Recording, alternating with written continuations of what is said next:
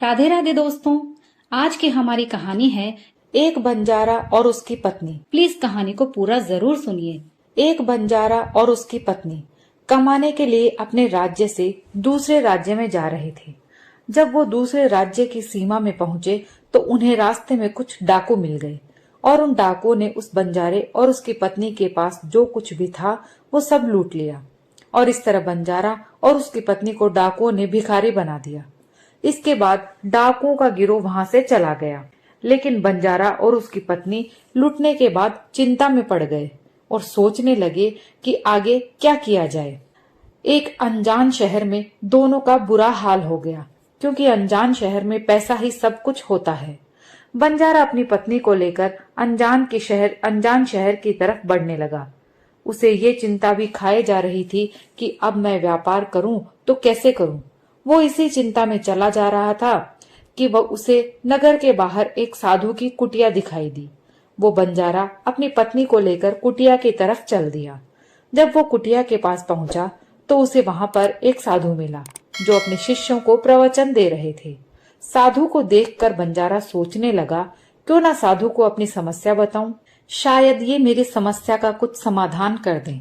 ऐसा विचार करके वो साधु महात्मा के पास पहुंच गया और बहुत ही विनम्र स्वर में उसने अपनी समस्या महात्मा जी को बताई और कहने लगा, महाराज, डाकुओं ने हमारा सब कुछ लूट लिया।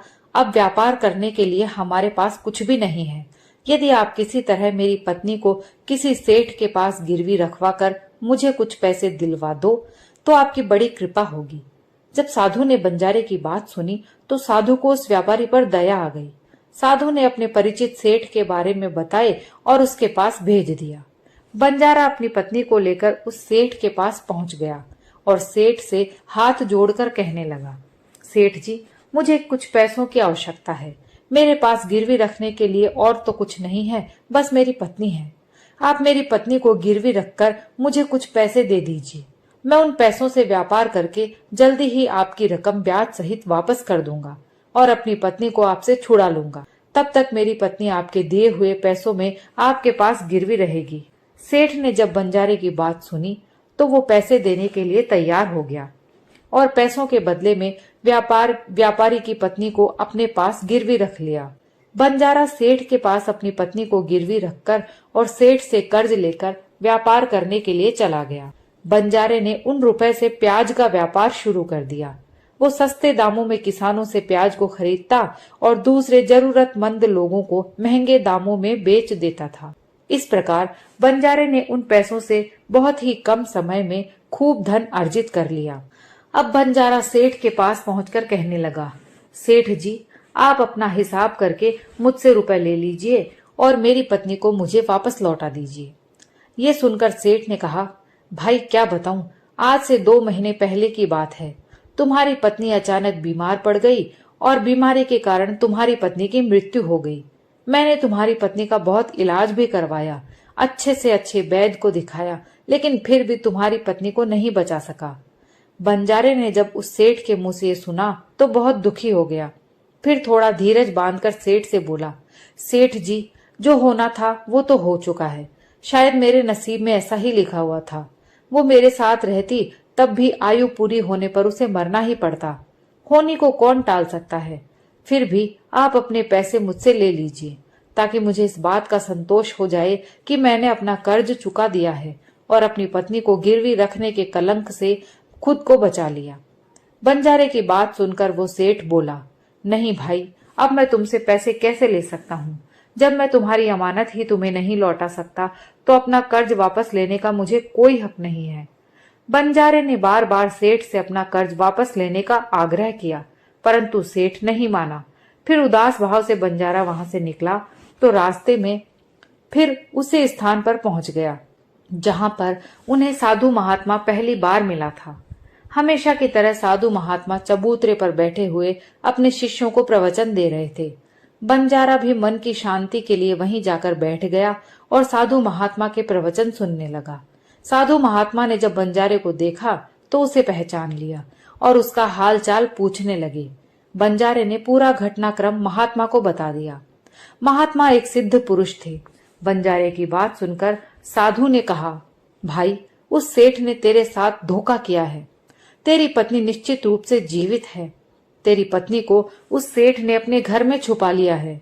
अब ऐसा कर, यहाँ के राजा के पास चला जा और राजा के दरबार में जाकर प्रार्थना करना कि राजा साहब मेरी पत्नी को सेठ से दिलवा दो, क्योंकि इस नगर का राजा बहुत ही बुद्धिमान व्यक्ति है। वो निश्चित ही तेरी पत्नी को उस सेठ पर जोर डालकर दिलवा देगा। दरबार में ही तुम्हारा फैसला होगा। साधु महात्मा की बात मानकर बंजारा राजा के दरबार में पहुंच गया और राजा के दरबार में पहुंचकर राजा से गुहार लगाने लगा कि महाराज मेरी पत्नी को सेठ से मुझे दिलवा दीजिए। राजा ने सेठ को बुलाया और पूछा, क्या ये बात सच है कि बंजारा कुछ रुपए के बदले में अपनी पत्नी को तुम्हारे पास गिरवी रख गया था? सेठ ने स्वीकार करते हुए कहा कि हाँ राजन, बंजारे की ये बात बिल्कुल सच है। राजा ने फिर कहा, तुम इसकी पत्नी को क्यों नहीं लौटा रहे हो? राजा की बात सुनकर सेठ बोला, कैसे लौटाता महाराज, मैंने इस बंजारे को बता तो दिया कि आज से 2 महीने पहले इसकी पत्नी की मृत्यु हो चुकी है। महाराज, अब मैं धर्मराज के पास जाकर तो इसकी पत्नी को वापस ला नहीं सकता। राजा ने पूछा, कोई गवाह है तुम्हारे पास जो इस बात की पुष्टि कर दे कि इसकी पत्नी की मृत्यु हो चुकी है? तो सेठ बोला, जी महाराज, इस बात की पुष्टि वो अच्छी तरह से कर देगा जिसने इस व्यापारी की पत्नी का इलाज किया था। वो 4 व्यक्ति भी इस बात की गवाही दे देंगे जो इसकी पत्नी को शमशान में जलाकर आए थे। उस सेठ ने ये बात इतने आत्मविश्वास के साथ कही थी कि राजा को भी उस पर भरोसा हो गया। तब राजा ने बंजारे से कहा, अगर तुम्हारी पत्नी जीवित होती तो हम तुम्हें अवश्य दिलवा देते, अब तो हमारी भी मजबूरी है। इस प्रकार राजा ने बंजारे को समझाकर वापस भेज दिया। बंजारा फिर से साधु महात्मा के पास पहुंच गया और जो कुछ दरबार में राजा और सेठ ने कहा वो सारी बातें साधु महात्मा को बता दी। ये सब सुनकर महात्मा ने कहा, मैंने राजा को इतना विवेकहीन नहीं समझा था।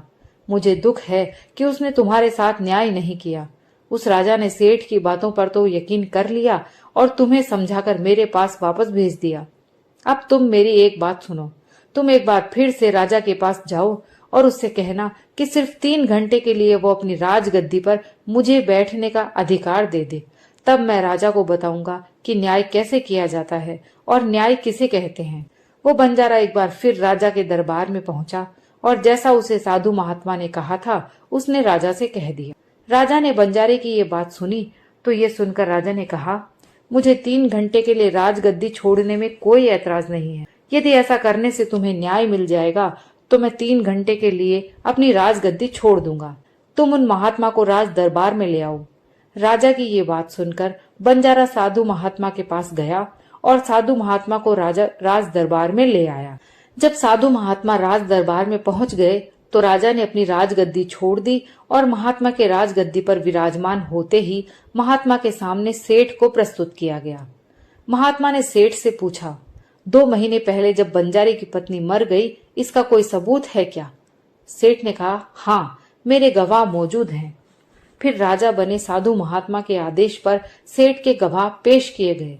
सबसे पहले साधु ने उस वैद्य को बुलाया जिसने बंजारे की पत्नी का इलाज किया था। साधु ने उससे पूछा, क्यों भाई, आपने ही इस बंजारे की पत्नी का इलाज किया था? वैद्य बोला, जी, मैंने ही बंजारे की पत्नी का इलाज किया था।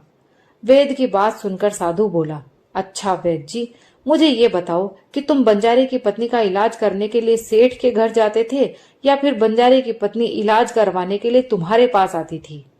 राजा बने साधु महात्मा की बात सुनकर वैद्य राजा से बोला, महाराज, सेठ जी मेरे पास स्वयं आकर दवा ले जाते थे।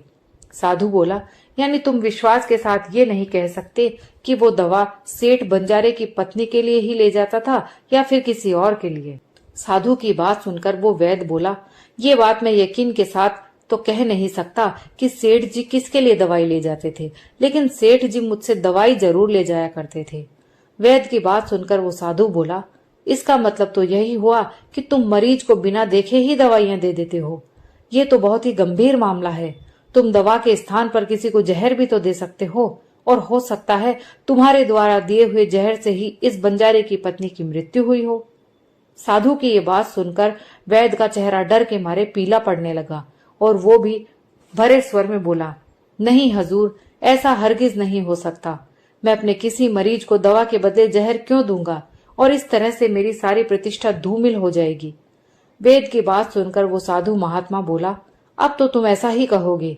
मैं तुम्हें अपने कर्तव्य के प्रति लापरवाही करने के और एक मरीज के जीवन से खिलवाड़ करने के अपराध में 50 कोड़े लगाने का आदेश देने जा रहा हूँ। इसके साथ ही तुम्हारा मुंह काला करके सारे नगर में भी घुमाया जाएगा। अब तुम सोच लो, सच बोलोगे या फिर मैं सैनिकों को तुम्हें गिरफ्तार करने का आदेश दूं। ये सुनकर वैद्य का शरीर कांपने लगा और वो साधु के चरणों में जा गिरा और बोला, हुजूर, मुझे माफ कर दीजिए। मैं स्वीकार करता हूँ कि मैंने सेठ के बताए किसी भी मरीज का कोई इलाज नहीं किया।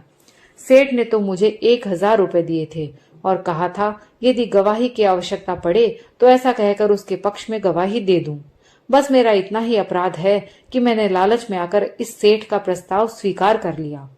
राजा बने साधु महात्मा ने कहा, कुछ भी हो, आपने अपराध तो किया ही है, इसलिए मैं तुम्हें झूठी गवाही के इल्जाम में 10 कोड़े लगाने का आदेश देता हूँ। साधु महात्मा के आदेश का राजा के सैनिकों ने तुरंत ही पालन किया और सैनिकों ने तत्काल ही वैद्य को पकड़ लिया और भरे दरबार में उसे कोड़े लगाने लगे।